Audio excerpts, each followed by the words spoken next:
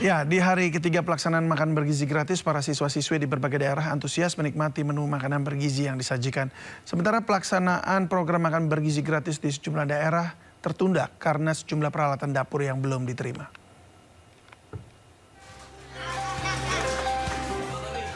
Beginilah suasana makan bergizi gratis pada hari ketiga ini di SDN 03 Rowokembu, Pekalongan. Para siswa-siswi antusias menikmati menu makanan bergizi yang disajikan di antaranya nasi, sayur, ayam, dan tahu, serta susu kemasan. Makan bergizi gratis disambut antusias oleh pihak sekolah dan para siswa karena dinilai mampu membantu para orang tua agar tidak perlu menyiapkan perbekalan makan ke sekolah sehingga para siswa bisa fokus belajar. Sementara hari ketiga pelaksanaan program makan bergizi gratis di Kota Medan berjalan baik dan lancar. Satuan Pelayanan Pemenuhan Gizi Kota Medan mendistribusikan 471 porsi paket makanan bergizi gratis di 2 sekolah dasar.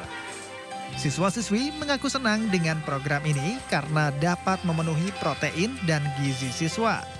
Untuk proses pendistribusian makan bergizi gratis ini sendiri dibagi dalam 2 sesi. Sesi pertama pukul 9 waktu Indonesia Barat dan sesi kedua pukul 11 waktu Indonesia Barat. Sementara hari ketiga pelaksanaan program makan bergizi gratis di SD Impres 54 Kota Ambon juga berjalan baik dan lancar.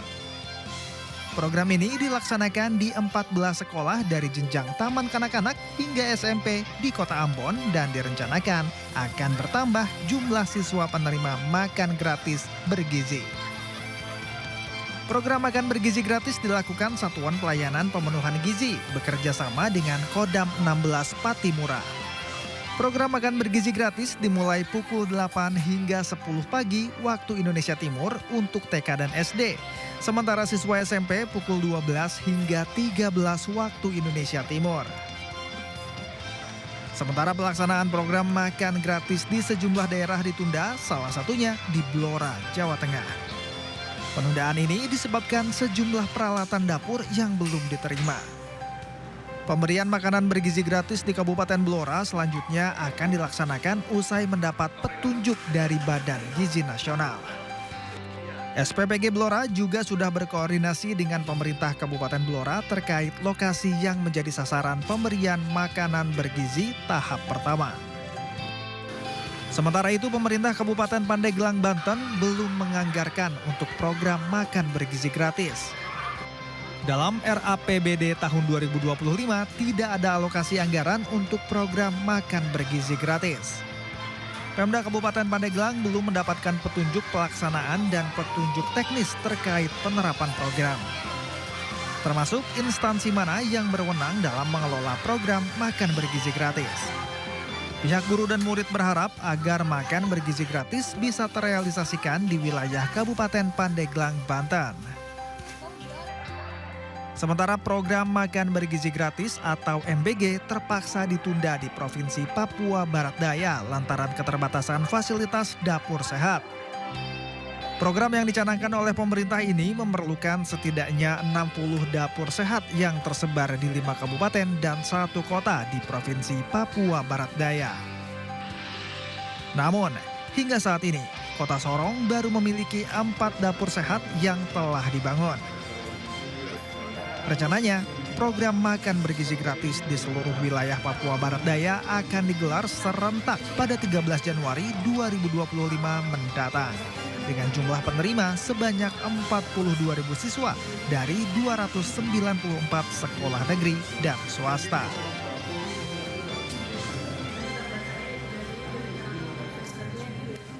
Pada pekan pertama penyelenggaraan program makan bergizi gratis masih direspon dengan beragam komentar. Meski begitu, pemerintah tetap optimis program makan bergizi gratis bisa dirasakan secara maksimal oleh masyarakat.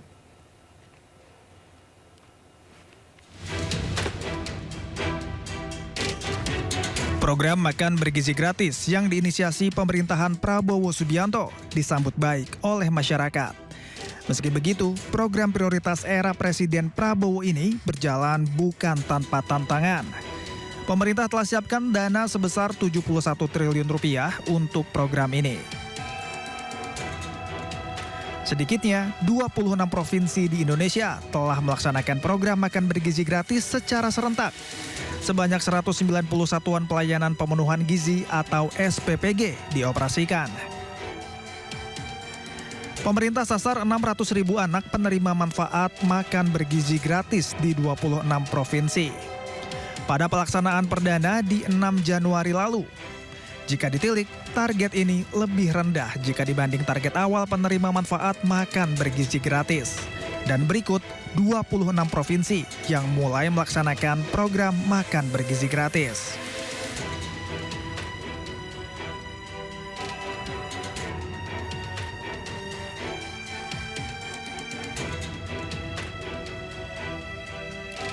Meski begitu, Presiden Prabowo tetap optimis bahwa program makan bergizi gratis masih bisa terselenggara secara maksimal kendati dihadang sejumlah kendala. Saya masih mendengar beberapa tokoh meragukan kemampuan kita untuk melaksanakan itu. Saya tidak katakan bahwa ini bisa selesai dalam 1 minggu, 2 minggu, atau 3 bulan. Tidak ada di antara kita yang punya tongkat Nabi Sulaiman. Tapi kita bisa berhitung, kita bisa mengelola, kita bisa alokasi dana, kita bisa kerahkan sumber daya. Dan kita akan mencapai target yang kita tentukan. Saya pun yakin, saya pertaruhkan kepimpinan saya. Bagi saya, makan bergizi untuk anak-anak dan ibu hamil ini adalah strategi yang tidak mendukung hal ini. Silakan keluar dari pemerintah yang jadi. Usai diselenggarakannya makan bergizi gratis, sejumlah netizen mulai membagikan momentum seru dari program ini. Namanya Gibran Ramdhani. Gibran suka makan siangnya hari ini? Suka. Tadi makan apa aja? Nasi, ayam, sayur, buah jeruk. Suka banget. Maunya sehari ini aja atau mau setiap hari? Setiap hari.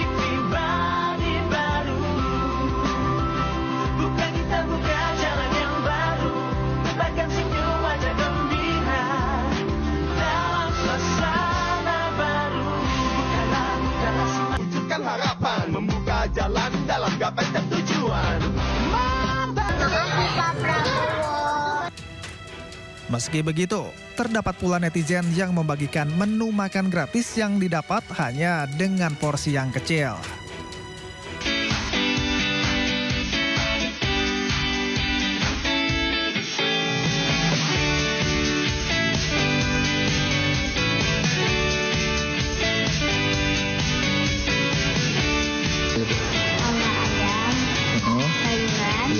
Buah-buahan sama susu.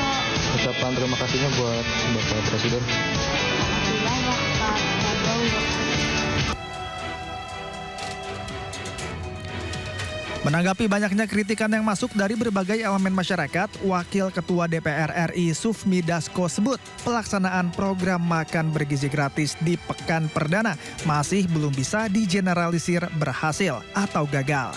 Meski begitu, Dasko tegaskan bahwa masyarakat menyambut baik program ini. Dalam 1 hari tentunya kita belum bisa memberikan penilaian itu berhasil atau tidak berhasil. Tapi secara keseluruhan kita lihat bahwa program makan bergizi yang kemudian sudah berjalan secara perdana itu mendapat sambutan yang bagus dari masyarakat dan kita akan terus mendampingi pemerintah untuk supaya program makan bergizi ini akan lebih baik ke depannya. Dalam pelaksanaan program makan bergizi gratis, pemerintah targetkan hingga Desember 2025, setidaknya 25 juta penerima manfaat makan bergizi gratis dengan komposisi kecukupan gizi yang memenuhi karbohidrat, protein, lemak, vitamin, serat, mineral, dan kandungan gizi lainnya. Nama besar ini sampai saat ini belum reda juga. Tingginya curah hujan yang mengguyur wilayah Kabupaten Serang, Banten membuat 4 desa di Kecamatan Mancak mengalami banjir disertai longsor. Banjir dan longsor ini terjadi di Desa Cikedung, Desa Telaga, Desa Sangiang, dan Desa Waringin. Yang paling parah terdampak yakni di Desa Cikedung. Akibatnya aktivitas warga pun terhambat. Salah satunya juga longsoran yang meluap sampai ke jalan. Yang saat ini di Cikedung sudah ada beberapa rekan yang reaksi cepat dari Sibat dan BPBD sudah menangani ke sana. Mudah-mudahan bersama dengan perangkat desa dan beberapa masyarakat di sana turut membantu untuk bisa menyelesaikan sisa-sisa material longsoran yang ada di wilayah Cikedung. Diketahui banjir dan longsor ini terjadi sejak Selasa dini hari. Tidak ada korban jiwa dalam musibah banjir dan longsor ini. Dari Serang, Banten, Mahesa Apriandi, iNews melaporkan.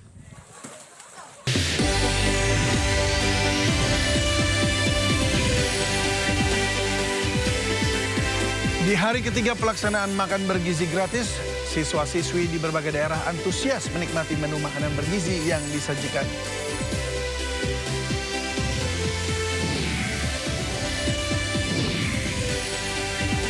Mantan anggota Bawaslu Agustiani Tio Fridelina kembali mendatangi Gedung Merah Putih KPK untuk menjalani pemeriksaan terkait kasus yang menjerat Sekjen PDI Perjuangan Hasto Kristianto. Kapolsek Cinangka AKP Asep Iwan Kurniawan dan 2 anggotanya dimutasi ke Yanma Polda Banten imbas kasus penembakan bos rental mobil di res area tol Jakarta Merak.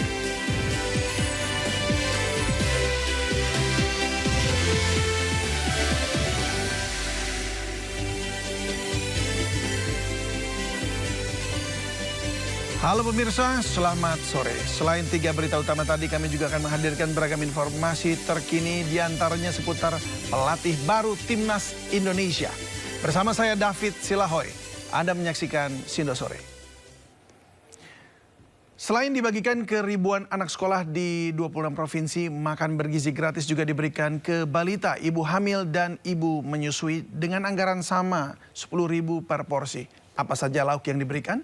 Ini dia informasinya.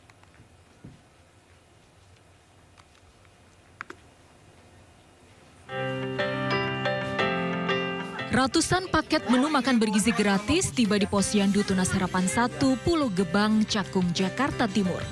Menu makanan dimasak di Satuan Pelayanan Pemenuhan Gizi SPBG Pulau Gebang. Sebanyak 67 paket menu nasi, ayam suwir, sayur tahu, telur rebus, dan 1 buah jeruk ini akan diberikan ke 49 balita, 13 ibu hamil, dan 5 ibu menyusui. Berbeda dengan makan bergizi anak sekolah yang digelar dengan makan bersama. Untuk ibu hamil dan menyusui, menu makanan akan dibawa pulang. Dari menunya udah cukup bagus, cuman paling dari sayurnya ya, dia kadang kan anak kecil kadang yang makanya toge itu kadang dia kurang suka gitu. Gitu. Ada toge sama tempe dijadiin gitu. Kayaknya kurang minat kalau yang itu sih. Yang biasa yang paling senang apa Bu? Biasanya paling wortel, jagung.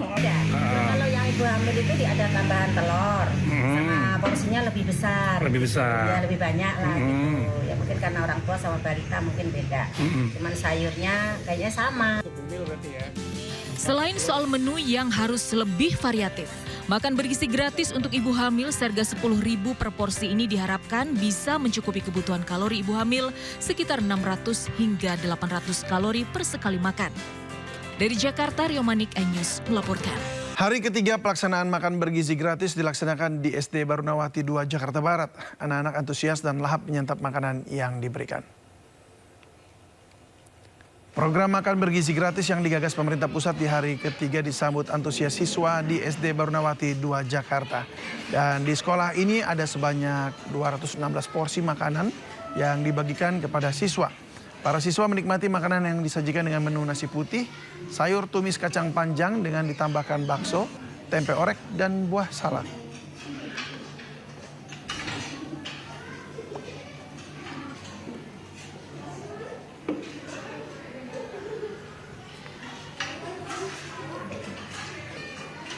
Kita beralih ke informasi lain, pemirsa. Kapolri menerima kunjungan Ketua KPK Setio Budianto beserta jajarannya.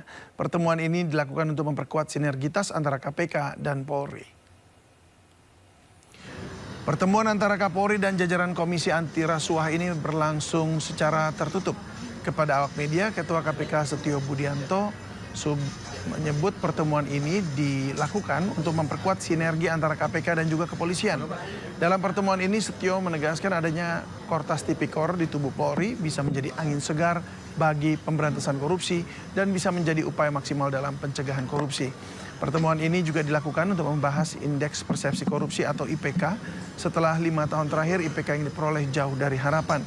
Setio Budianto menegaskan kerjasama yang baik antara KPK dan Polri menjadi sangat penting untuk bersama-sama memperbaiki indeks persepsi korupsi dan juga perbaikan pemberantasan korupsi.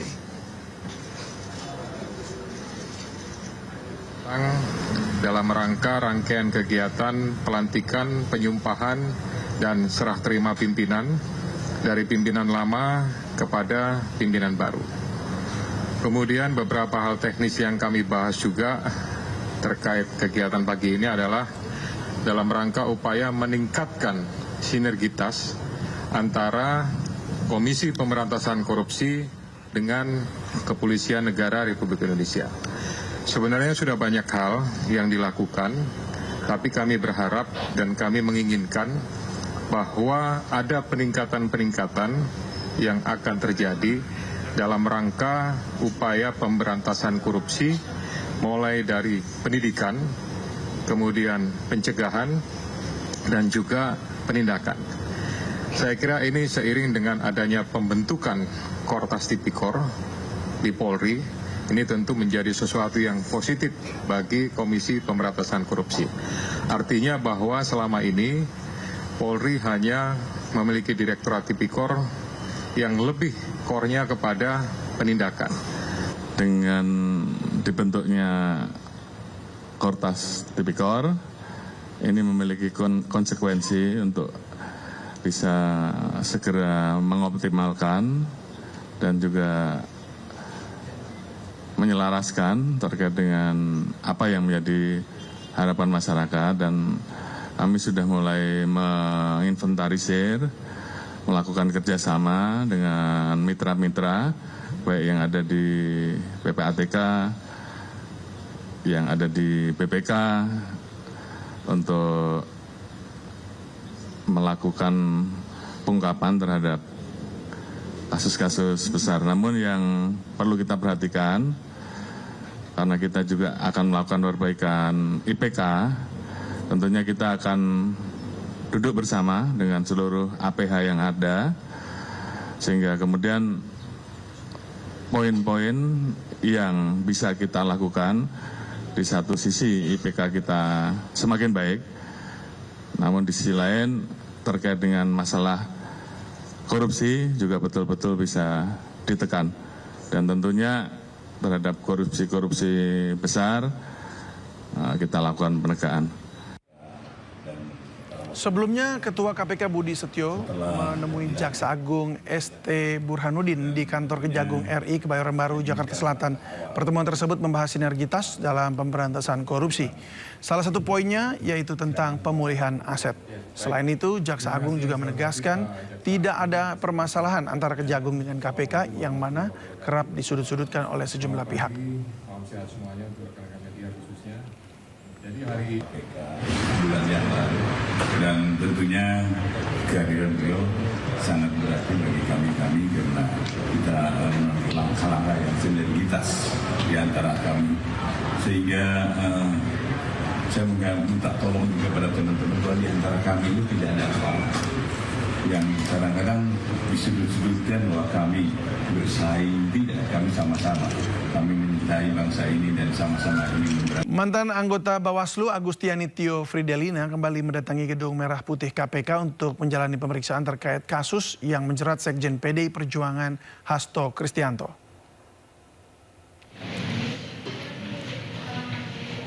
Pemeriksaan ini merupakan lanjutan dari proses pemeriksaan Agustiani Tio pada Senin kemarin yang belum rampung sebelumnya. Saat itu ia mengalami kondisi yang kurang sehat seusai diperiksa tim penyidik KPK saat itu.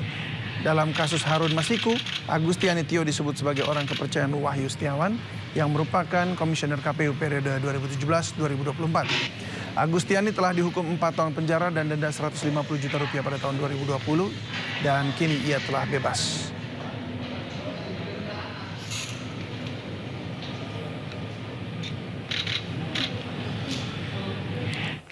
Untuk mengetahui perkembangan terkini pemeriksaan mantan anggota Bawaslu Agustiani Tio Fridelina, kita simak laporan Jessica Winoto dari Gedung Merah Putih KPK. Jessica, apa saja update pemeriksaan Agustiani?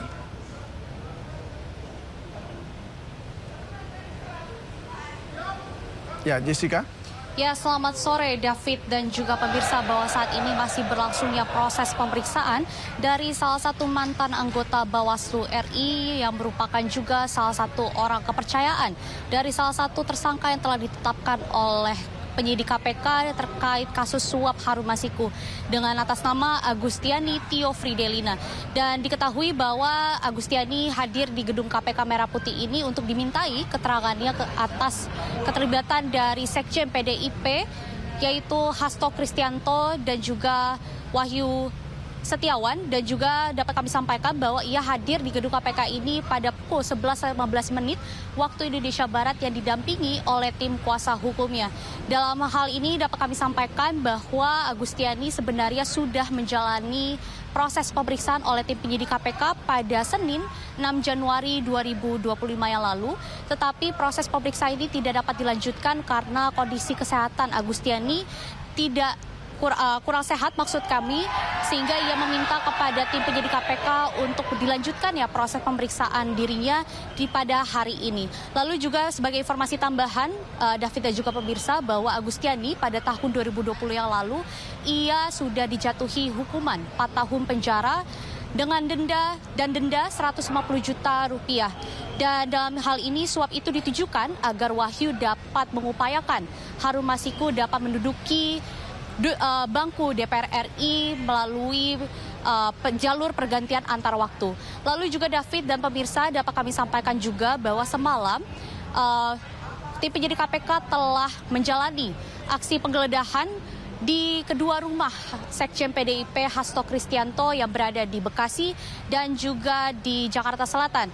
Dalam penggeledahan ini pun tim penyidik KPK sudah mendapatkan beberapa bukti tambahan, yaitu sejumlah dokumen dan juga barang bukti yang dapat menguatkan keterlibatan di Hasto Kristianto dalam kasus suap Harun Masiku yang merupakan juga salah satu politisi PDIP dan juga caleg DPR RI pada tahun 2019 yang lalu. Sementara itu David, kami kembali ke Anda.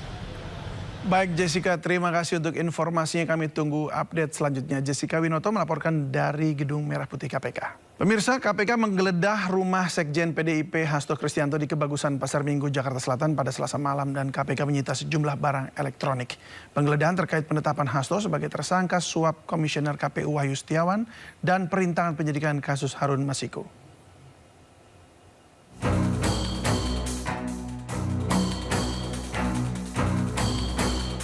Sekitar 10 penyidik KPK menggeledah rumah Hasto di kawasan Kebagusan 4 Dalam, Jakarta Selatan pada Selasa malam.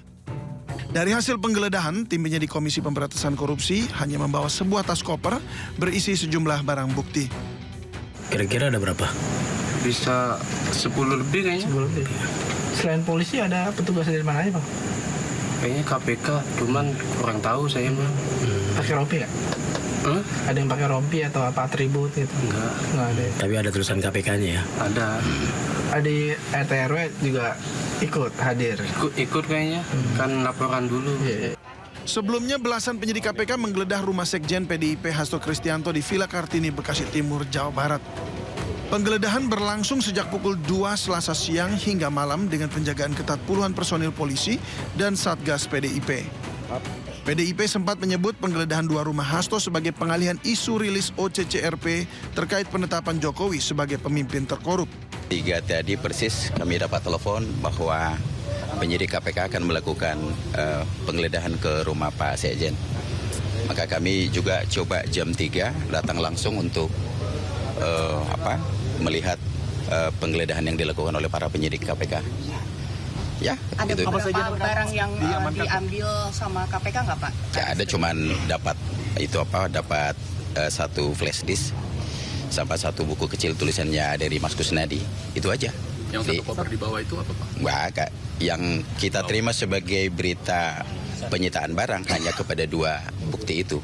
Menurut mereka itu ada dugaan keterkaitan perkara terhadap Harun Masiku. Namun pernyataan PDIP itu dibantah Ketua KPK Setio Budianto pada Rabu pagi yang menyebut penggeledahan sesuai prosedur penyelidikan. 4 tahun berlalu sejak Harun Masiku menghilang, Sekjen PDIP Hasto Kristianto baru ditetapkan tersangka pada akhir Desember lalu. Hasto disangka menyuap Komisioner KPU Wahyu Setiawan agar Harun Masiku menjadi anggota DPR. Hasto juga diduga merintangi penyidikan kasus dan memerintahkan Harun Masiku kabur. Tim Liputan iNews melaporkan. Majelis Sidang Komisi Kode Etik Polri menjatuhkan sanksi demosi kepada 2 oknum polisi Polda Metro Jaya yang terlibat pemerasan di acara Jakarta Warehouse Project DWP 2024. Dua oknum polisi berinisial DW dan RP selaku Panit 3 Subdit 3 Ditres Narkoba Polda Metro Jaya diberi sanksi administrasi berupa mutasi bersifat demosi selama 5 tahun di luar penegakan hukum terkait kasus pemerasan pada acara DWP 2024. 2 personil itu diputuskan telah melanggar kode etik profesi Polri atas perbuatannya yang telah mengamankan warga negara asing maupun Indonesia dalam acara DWP 2024 yang diduga menyalahgunakan narkoba. Namun dalam prosesnya, para oknum tersebut meminta uang sebagai imbalan pembebasan. Putusan sidang KKEP yaitu pertama, sanksi etika berupa perilaku pelanggar dinyatakan sebagai perbuatan tercela. Kemudian kewajiban pelanggar untuk meminta maaf secara lisan terhadap sidang KKEP dan secara tertulis kepada pimpinan Polri.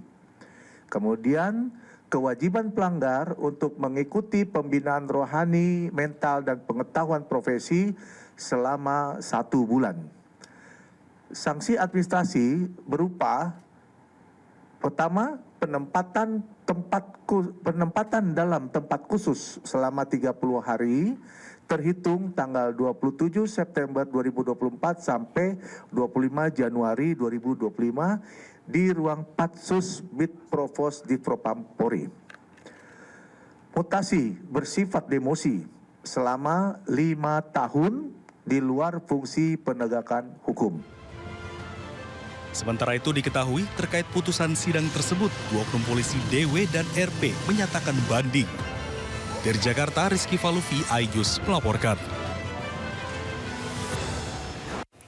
Kasus pemerasan hingga miliaran rupiah yang dilakukan oknum-oknum polisi terhadap penonton Festival Musik Jakarta Warehouse Project terungkap melalui unggahan di media sosial. Belasan oknum polisi yang diduga terlibat kini harus mempertanggungjawabkan perbuatan mereka.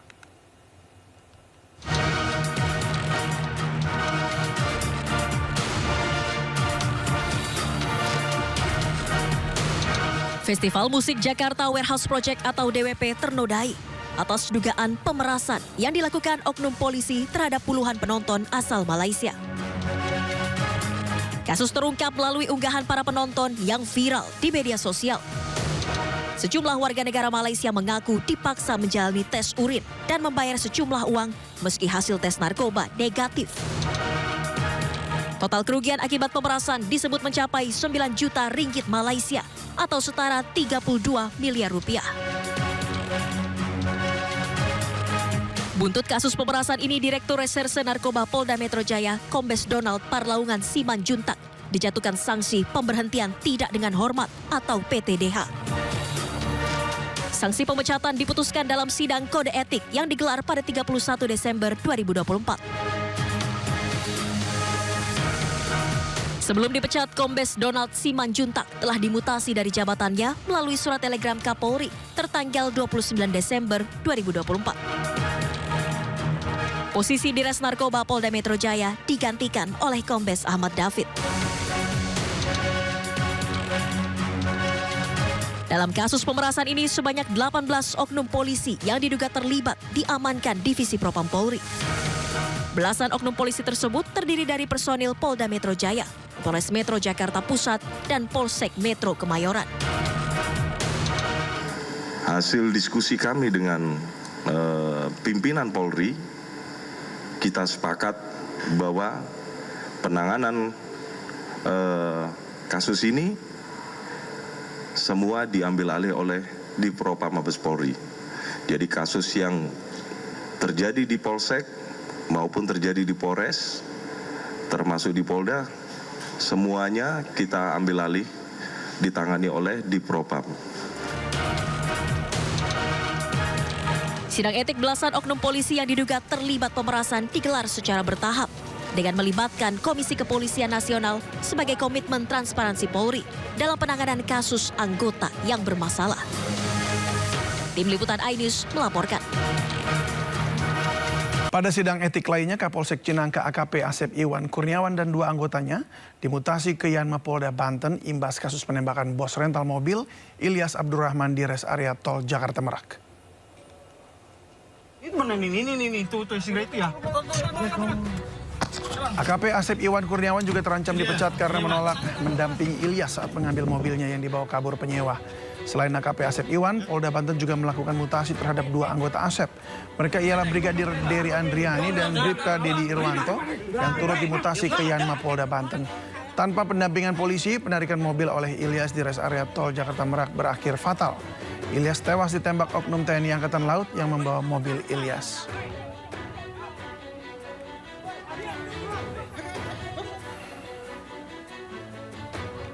Kita ke informasi lainnya, pemirsa. Presiden Prabowo Subianto menyaksikan penandatanganan MOU pengembangan proyek hunian 1 juta unit di Istana Kepresidenan Jakarta.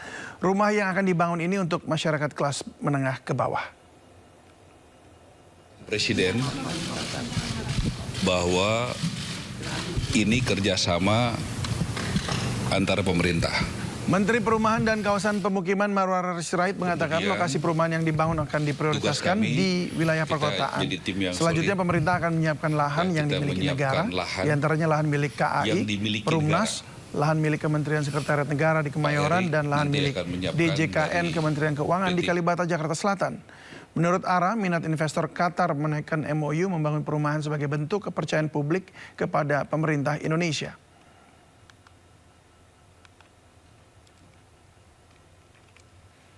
Sesuai arahan Presiden bahwa ini kerjasama antara pemerintah. Kemudian tugas kami, kita jadi tim yang solid, ya, kita menyiapkan lahan yang dimiliki negara. Pak Erik nanti akan menyiapkan dari PTP, Kereta Api, Perumnas, kemudian juga dari Kementerian Sekretariat Negara, Menseknek, ada di Kemayoran, ada di sekitar Senayan, kemudian dari Kementerian Keuangan, dari DJKN, ada di Kalibata, kemudian juga sesudah Pak Erik, sesudah DJKN, sesudah Menseknek, kami juga akan membawa investor yang datang sekarang untuk bergerak cepat untuk bisa memahami aturan di Indonesia.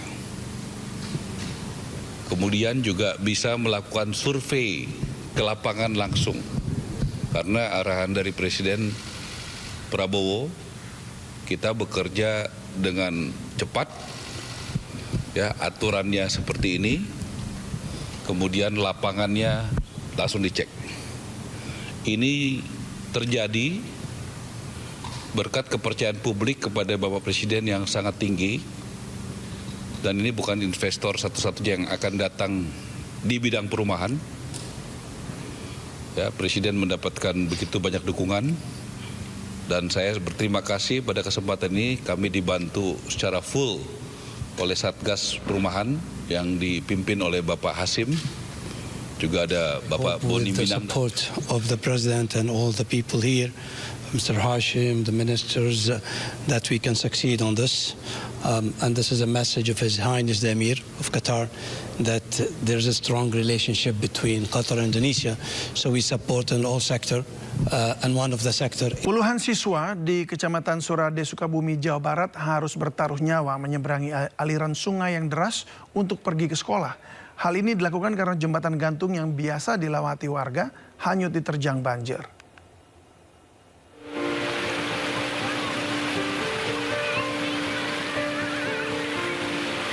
Seperti inilah perjuangan siswa dan siswi Sekolah Dasar Negeri Kampung Bojong, Desa Mekarsakti, Kecamatan Waluran, Kabupaten Sukabumi, Jawa Barat saat akan berangkat ke sekolah. Setiap hari para siswa harus bertaruh nyawa menerjang derasnya aliran sungai Cikarang demi bisa sampai ke sekolah mereka yang berada di Kecamatan Surade. Dibantu orang tua, para pelajar ini menyeberangi sungai untuk menuju SD Negeri Cijambe. Seragam serta buku yang basah menjadi resiko. Tidak ada pilihan lain bagi para siswa agar bisa sampai ke sekolah. Meski ada jalan alternatif, namun jaraknya cukup jauh. Jika turun hujan, mereka terpaksa tidak berangkat sekolah karena khawatir terbawa arus saat melintasi sungai. Iya, setiap hari. Terus yang suka kalau misalkan airnya besar, Neng melintas sungai ini dengan dibantu siapa? Ya, dibantu orang tua atau dibantu siapa aja yang ada di sini. Sebelumnya jembatan gantung sepanjang 40 meter yang menjadi akses penghubung di Kecamatan Surade dan Waluran terputus diterjang banjir pada 4 Desember lalu. Warga berharap agar pemerintah segera memperbaiki jembatan tersebut lantaran akses satu-satunya warga untuk beraktivitas sehingga sangat vital bagi perekonomian dan pendidikan. Dari Sukabumi, Jawa Barat, Budi Setiawan, iNews melaporkan. Diguyur hujan deras selama beberapa jam, sejumlah wilayah di kota Cilegon, Banten terendam banjir. Selain faktor curah hujan yang tinggi, banjir terjadi akibat adanya banjir kiriman dari daerah lain. Besar ini sampai saat ini belum reda juga. Tingginya curah hujan yang mengguyur wilayah Kabupaten Serang, Banten membuat 4 desa di Kecamatan Mancak mengalami banjir disertai longsor. Banjir dan longsor ini terjadi di Desa Cikedung, Desa Telaga, Desa Sangiang, dan Desa Waringin. Yang paling parah terdampak yakni di Desa Cikedung. Akibatnya aktivitas warga pun terhambat. Salah satunya juga longsoran yang meluap sampai ke jalan. Yang saat ini di Cikedung sudah ada beberapa rekan yang reaksi cepat dari Sibat dan BPBD sudah menangani ke sana. Mudah-mudahan bersama dengan perangkat desa dan beberapa masyarakat di sana turut membantu untuk bisa menyelesaikan sisa-sisa material longsoran yang ada di wilayah Cikedung. Diketahui banjir dan longsor ini terjadi sejak Selasa dini hari. Tidak ada korban jiwa dalam musibah banjir dan longsor ini. Dari Serang, Banten, Mahesa Apriandi, iNews melaporkan. 2 pekan lamanya banjir 1 meter masih merendam 3 kelurahan di Kecamatan Tempe, Kabupaten Wajo, Sulawesi Selatan. Warga korban banjir krisis air bersih.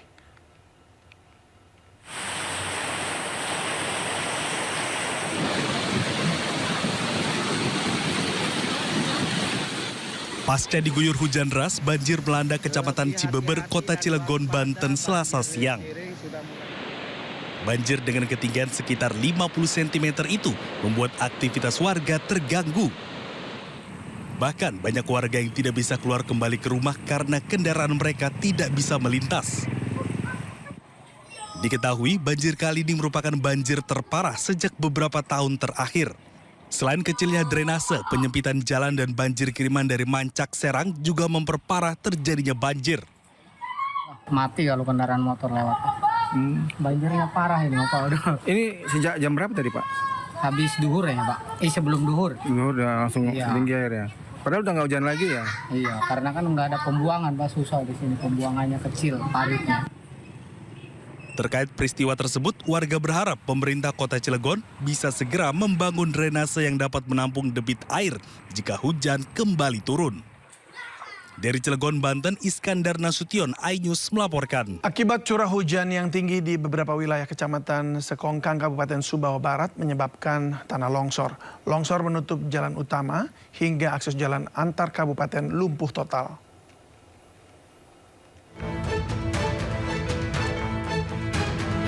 Banjir 1 meter masih merendam 3 kelurahan di Kecamatan Tempe, Kabupaten Wajo, Sulawesi Selatan, akibat meluapnya Sungai Walenai dan Danau Tempe. Akibatnya, warga korban banjir mengalami krisis air bersih. Sumber air bersih yang biasa mereka gunakan masih terendam banjir yang bercampur lumpur. Selain krisis air bersih, akses darat menuju pemukiman warga juga masih terendam banjir. Untuk keluar masuk pemukiman warga terpaksa menggunakan perahu. Warga korban banjir berharap bantuan pemerintah. Dan untuk sementara ini warga masyarakat alat transportasi yang digunakan itu menggunakan perahu. Dari pemantauan sendiri Pak, apa yang paling dibutuhkan warga Pak untuk saat ini? Dari hasil pemantauan kami dan hasil investigasi kami di lapangan, koordinasi dengan beberapa warga setempat yang berdampak banjir, keperluan yang dibutuhkan oleh beberapa warga yaitu air bersih dan bambu. Dari pantauan pihak kepolisian, banjir 30 cm hingga 1 meter masih merendam 3 kelurahan di Kecamatan Tempe, Kabupaten Wajo, Sulawesi Selatan. 3 kelurahan itu yakni Kelurahan Lailo, Kelurahan Salomeng Raleng, Kelurahan Matiro Tapareng. Dari Kabupaten Wajo, Sulawesi Selatan, Amnar Sengkang, iNews melaporkan. Mengerikan, ratusan limbah medis berserakan di jembatan penghubung Karawang dan Bekasi, Jawa Barat. Limbah berbahaya ini dibuang pelaku tak bertanggung jawab dan mengancam kesehatan warga.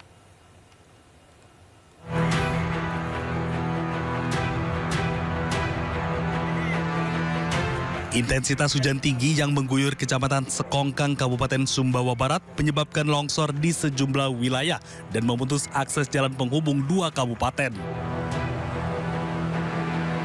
Longsor menutup badan jalan utama hingga menyebabkan akses dari Kecamatan Sengkokang, Kabupaten Sumbawa Barat ke Kecamatan Lunyuk, Kabupaten Sumbawa melalui jalur selatan ini putus total. Material tanah longsor berupa batu dan kayu yang menutupi jalan dengan ketebalan mencapai 1 meter mengakibatkan kendaraan tidak bisa melintasi jalan penghubung Kabupaten Sumbawa Barat. Petugas gabungan TNI Polri Koramil Sekongkang dan Polsek Sekongkang serta pemerintah kecamatan dibantu alat berat membersihkan material tanah longsor untuk membuka kembali akses jalan. Pembersihan terhadap longsor yang menutupi jalan sepanjang jalan Sidur, Desa Sekongkang Bawah, Kecamatan Sekongkang, Kabupaten Barat yang terjadi di 4 titik. Dan kami dari pihak kepolisian mengucapkan terima kasih kepada pihak aman yang sudah membantu kami untuk membersihkan bekas longsor yang menutupi jalan. Sementara masyarakat diimbau mengurangi aktivitas di luar rumah jika sedang turun hujan karena resiko bencana saat ini sangat tinggi.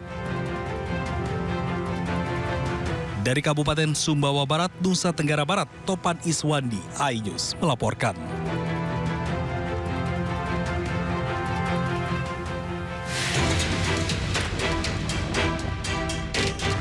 Ratusan limbah medis berserakan di jembatan Pebayuran Rengas Dengklok, Karawang, Jawa Barat. Limbah medis berupa jarum suntik dan infusan, tergolong limbah infeksius dan limbah bahan berbahaya dan beracun B3 atau limbah B3 dibuang berserakan. Limbah medis dibuang secara ilegal, diduga dilakukan orang tak bertanggung jawab pada malam hari. Atas laporan warga, petugas Dinas Kesehatan, Damkar dan TNI Polri mengamankan ratusan limbah medis. 4 plastik besar limbah medis B3 diserahkan ke Polsek Rengas Dengklok sebagai barang bukti. Polisi diharapkan segera menangkap pelaku pembuangan limbah medis. Dari Karawang, Jawa Barat, Rudi Setiawan melaporkan. Puluhan pedagang sapi protes saat petugas dari Dinas Peternakan dan Perikanan Bondowoso akan menyemprotkan desinfektan di pasar hewan. Setelah negosiasi, penyemprotan akhirnya dilakukan setelah kondisi pasar sepi.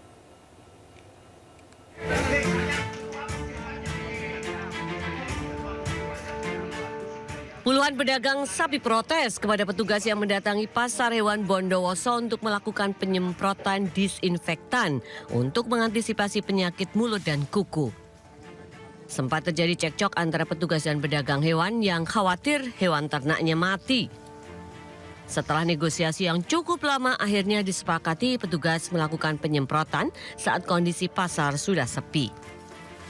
Dekontaminasi atau meminimalisir virus atau bakteri yang ada di tempat-tempat yang memang potensial untuk terpaparnya virus. Salah satunya adalah di pasar hewan. Di mana pasar hewan ini adalah menjadi satu tempat bertemunya pedagang yang dimana asal-usul dari ternaknya bisa ternak yang dari luar wilayah Kabupaten Bondowoso. Selain di pasar hewan, kegiatan serupa juga akan dilakukan ke beberapa desa dengan kasus PMK. Dari Bondowoso, Jawa Timur, Rizky Amrul, iNews melaporkan. Pemirsa, penggusuran ratusan rumah warga di Kampung Tembesi Tower, Kecamatan Sagulung, Kota Batam, Kepulauan Riau berlangsung ricuh. Pemilik rumah yang menolak direlokasi berusaha melawan petugas.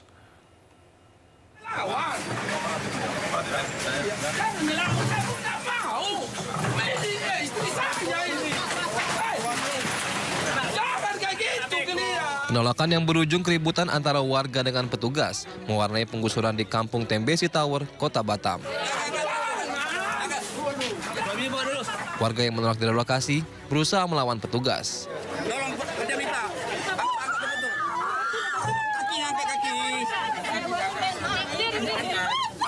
Bahkan seorang ibu rumah tangga terpaksa diangkat paksa oleh polisi wanita yang bersiaga. Pemilik rumah terpaksa dievakuasi karena terus melarang petugas untuk masuk dan mengeluarkan barang-barang miliknya. Setelah dikosongkan, sejumlah alat berat kemudian dikerahkan untuk merobohkan sekitar 310 bangunan yang dihuni lebih dari 200 kepala keluarga. Warga yang menolak direlokasi mengaku kecewa dengan pemilik lahan yang belum memenuhi keinginan warga untuk membayar ganti rugi. Jadi kami ini semua mutar sana, mutar sini, mutar sana. Tapi berani enggak petugas itu, biar dia yang merobohkan rumah saya, kunci total rumah saya sekarang. Saya lihat dulu, itu melanggar hukum. Saya akan tuntut sampai dimanapun. Kalau orang itu membongkar rumah saya tuntut sampai dimanapun. Kondusif, cuma ada beberapa tadi pribadi yang sama-sama kita amankan, kita kasih pengertian, Pak Tambunan ya. Karena memang untuk legal mereka sudah tidak benar ya. Demikian. Secara keseluruhan berjalan dengan baik, kondusif, dan banyak rata-rata dari masyarakat yang sudah mengambil barangnya, meletakkan di luar untuk diangkut oleh tim. Dalam site plan-nya, lahan seluas 12 hektar milik PT Tanjung Piayu Makmur selaku pemilik lahan ini akan dibangun kawasan industri. Dari Batam, Kepulauan Riau, Gusti Yenosa, iNews melaporkan. Kita ke makan bergizi gratis. Selain dibagikan ke ribuan anak sekolah di 26 provinsi, makan bergizi gratis juga diberikan ke balita, ibu hamil, dan ibu menyusui. Dengan anggaran sama-sama Rp10.000 per porsi, apa saja lauk yang diberikan? Ini dia informasinya.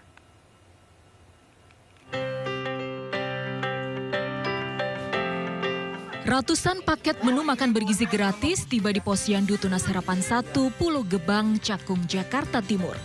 Menu makanan dimasak di Satuan Pelayanan Pemenuhan Gizi SPBG Pulau Gebang. Sebanyak 67 paket menu nasi, ayam suwir, sayur tahu, telur rebus, dan 1 buah jeruk ini akan diberikan ke 49 balita, 13 ibu hamil, dan 5 ibu menyusui.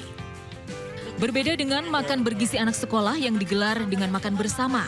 Untuk ibu hamil dan menyusui, menu makanan akan dibawa pulang.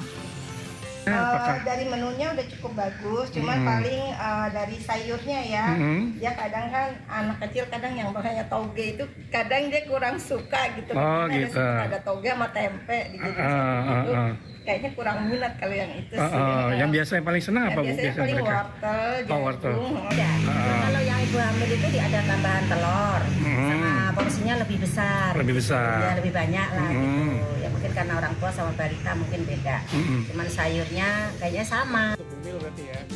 Selain soal menu yang harus lebih variatif, makan bergizi gratis untuk ibu hamil seharga 10.000 per porsi ini diharapkan bisa mencukupi kebutuhan kalori ibu hamil sekitar 600 hingga 800 kalori per sekali makan. Dari Jakarta, Rio Manik, iNews melaporkan. Pemirsa, hari ketiga pelaksanaan makan bergizi gratis dilaksanakan di SD Barunawati 2, Jakarta Barat. Anak-anak antusias dan lahap menyantap makanan yang diberikan.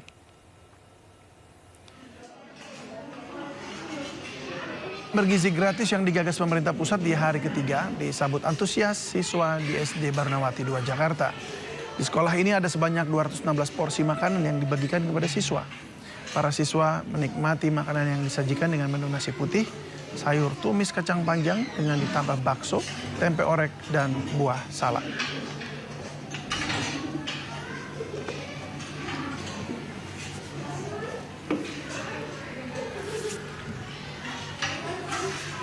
Ke informasi lainnya, Menteri Komunikasi dan Digital Mutia Hafid meresmikan Pusat Artificial Intelligence pertama di Indonesia yang berada di Universitas Brawijaya, Malang, Jawa Timur. Kemkomdigi berharap talenta digital nasional meningkat, mengingat di tahun 2030 kebutuhannya diprediksi mencapai 9 juta jiwa. Menteri Komunikasi dan Digital Mutia Hafid meresmikan Pusat Artificial Intelligence atau AI Center pertama di Indonesia yang berada di Artificial Intelligence dan Pusat Data Universitas Brawijaya, Malang, Jawa Timur.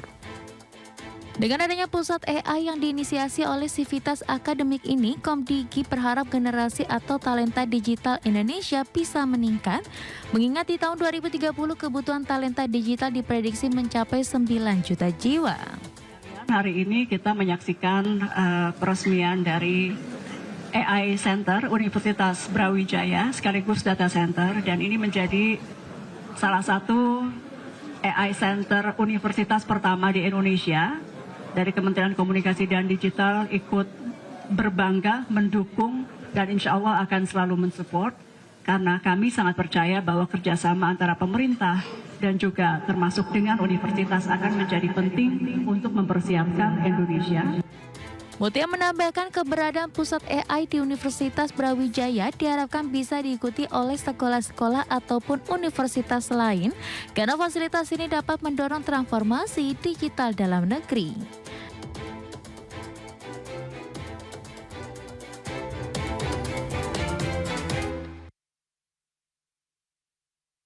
Komisioner KPU DKI Jakarta menyerahkan surat undangan penetapan hasil pemilihan gubernur kepada calon wakil gubernur DKI Jakarta terpilih Rano Karno atau Sidul. Sebelumnya KPU Jakarta juga telah menyerahkan surat undangan penetapan ke cagup terpilih Pramono Anung. Komisioner KPU DKI Jakarta menyambangi kediaman calon wakil gubernur Jakarta terpilih Rano Karno di warung garasi Sidul Komplek Karang Asri, Lebak Bulus, Jakarta Selatan. Rombongan KPU DKI tiba pada Selasa sore disambut langsung oleh Bang Dul yang didampingi juru bicara Aris Setiawan Yudi dan tim pemenangan. Kedatangan Komisioner KPU untuk mengantarkan undangan penetapan hasil Pilkada Jakarta 2024 yang akan dilaksanakan 9 Januari 2025. Selanjutnya surat keputusan KPU Jakarta akan diserahkan ke DPRD Provinsi Jakarta untuk mengusulkan pengesahan pasangan terpilih. Dan berikutnya pelantikan gubernur serta wakil gubernur Jakarta dilaksanakan serentak di seluruh Indonesia sesuai keputusan pemerintah pusat. Ratusan siswa tidak bisa masuk sekolah akibat sekolah disegel ahli waris di Depok, Jawa Barat. Sementara di Palembang, Sumatera Selatan, warga protes adanya pengerukan jalan yang mengganggu.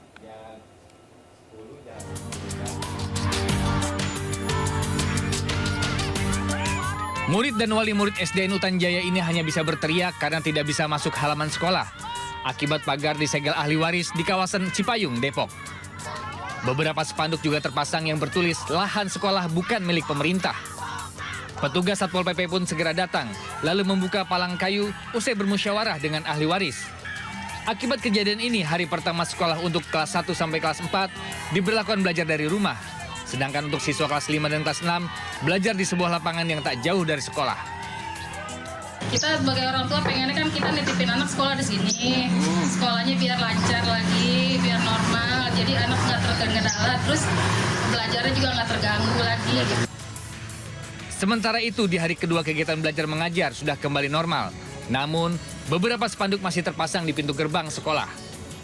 Dari Depok, Jawa Barat, Yung Rizky, iNews melaporkan. Petinggi Apple Global akhirnya mendatangi kantor Kementerian Perindustrian guna melakukan negosiasi terkait investasinya di tanah air, termasuk nasib iPhone 16 di Indonesia.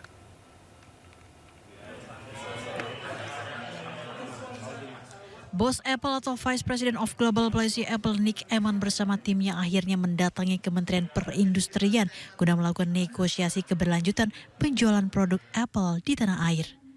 Selain membentuk tim teknis yang dipimpin oleh Dirjen Industri Logam Mesin Alat Transportasi dan Elektronika, pemerintah melalui Kemenperin mendorong Apple untuk melakukan pembangunan fasilitas manufaktur di Indonesia. Ada time frame ya yang kita tetapkan. Bisa done deal hari ini, bisa done deal malam ini, bisa done deal besok, bisa done deal next week, ya, bisa next month. Jadi waktu kami tidak tetapkan target. Yang kami tetapkan target itu adalah substansinya. Sementara pihak Apple bersedia mengirimkan perwakilan tingkat tingginya ke Indonesia untuk membahas potensi kerjasama strategis. Just a bit statement about the result of the negotiation. How was it? How was the progress? It's a great discussion. Meski demikian, Apple belum bisa menjual seri terbarunya iPhone 16 karena belum memenuhi syarat tingkat komponen dalam negeri atau TKDN. Tak hanya itu, masa berlaku sertifikat TKDN milik Apple juga telah habis.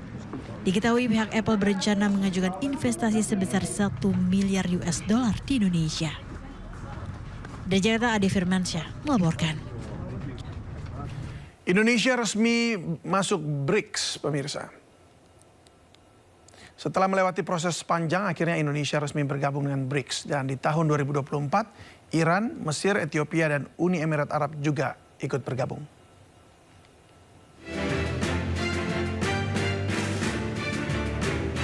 Indonesia dinyatakan resmi menjadi anggota penuh Blok Negara Ekonomi Berkembang BRICS. Hal ini diumumkan pemerintah Brazil yang secara resmi mengakui Indonesia menjadi anggota penuh BRICS. Indonesia masuk dalam jajaran kerjasama ekonomi negara-negara berkembang Brazil, Rusia, India, China, dan Afrika Selatan atau yang dikenal dengan sebutan BRICS.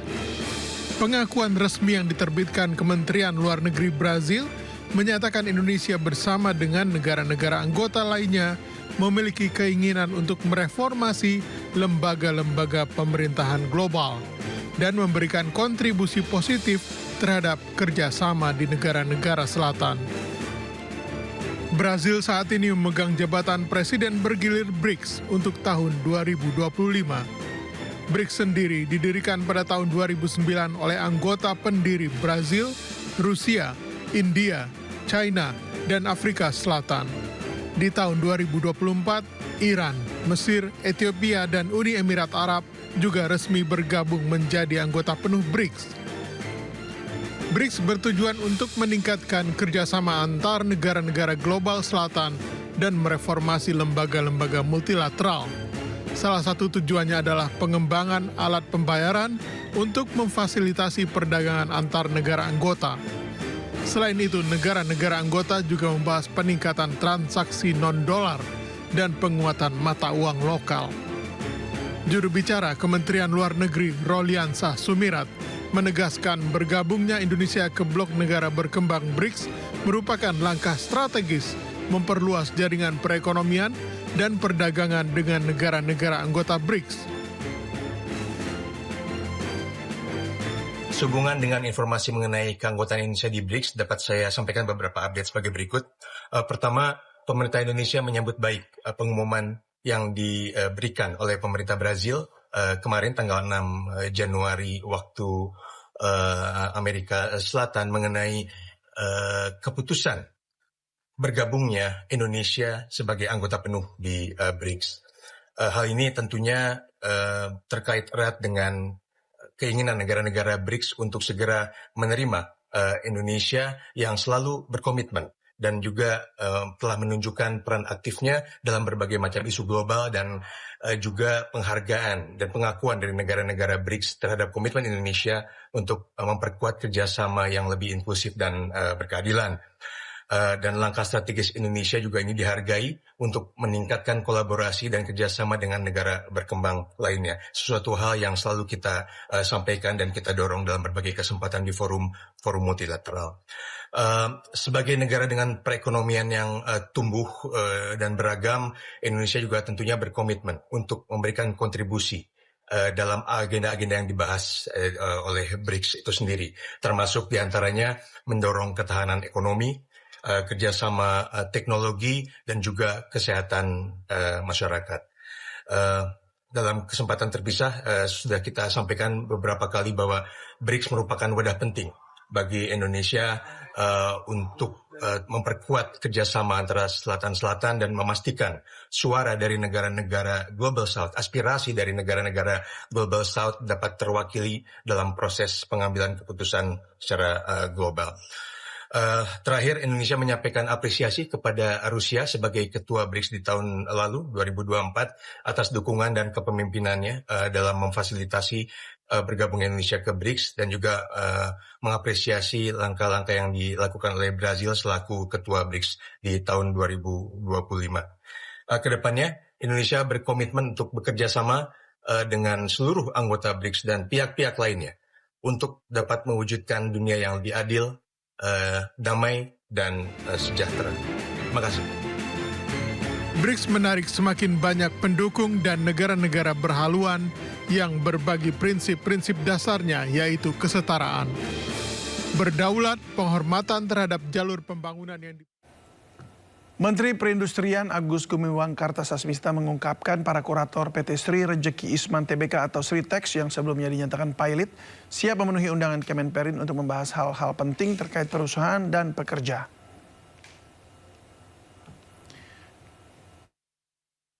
Pihak kurator sudah memberikan jawaban terkait undangan tersebut, namun saat ini masih melakukan pembicaraan internal.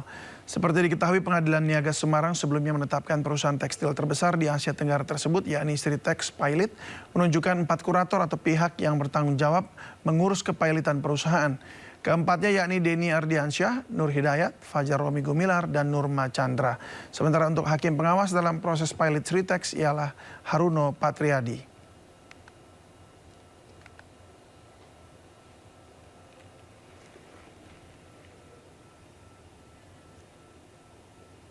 Saya udah undang, ya, dan mereka menjawabnya adalah mereka harus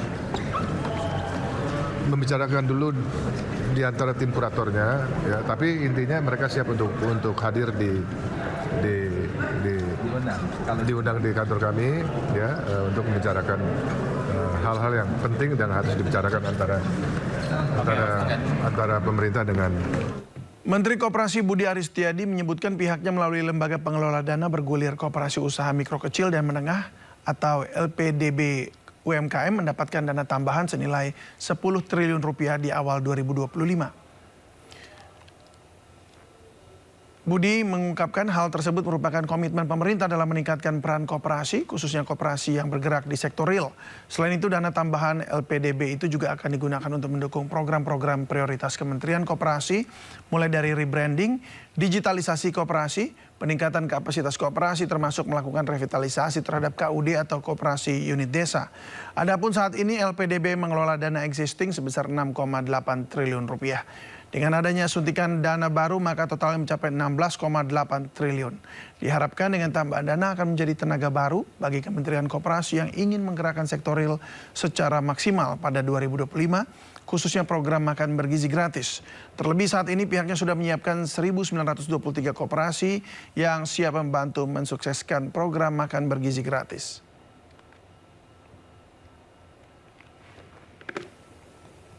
Sistem 6,8. Iya. Jadi ada tenaga baru lah bahwa Presiden, tadi kan saya bilang Pak Presiden nggak main-main.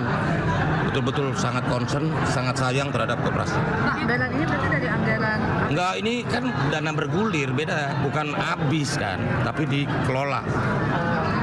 Namanya juga lembaga pengelola dana peduli. Ada prioritas buat sektor mana aja sih? Ya, pokoknya sektor real. Nanti saya bilang sama Pak Dirut LPDB untuk menggerakkan.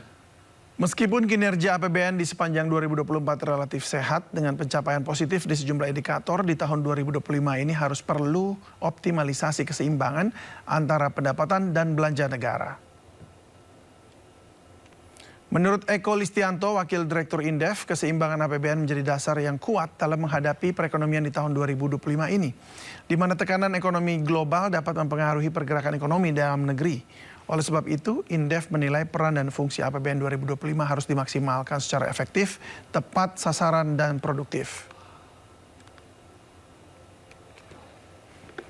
Bagus kita menjaga yang di dalam negeri dulu ya, bukan berarti mengabaikan luar negeri, tapi karena yang bisa dijaga adalah bagaimana sisi penerimaan dan belanja ini bisa efektif ya. Yang kedua ya, efektivitas belanja ini penting ya, jadi mulailah gitu ya untuk mengefisienkan kegiatan-kegiatan yang tidak punya impact kepada perekonomian ya, hanya sekedar katakanlah kemarin sudah dimulai rapat-rapat dan seterusnya, itu dilakukan di dalam kementerian masing-masing, itu akan lebih bagus.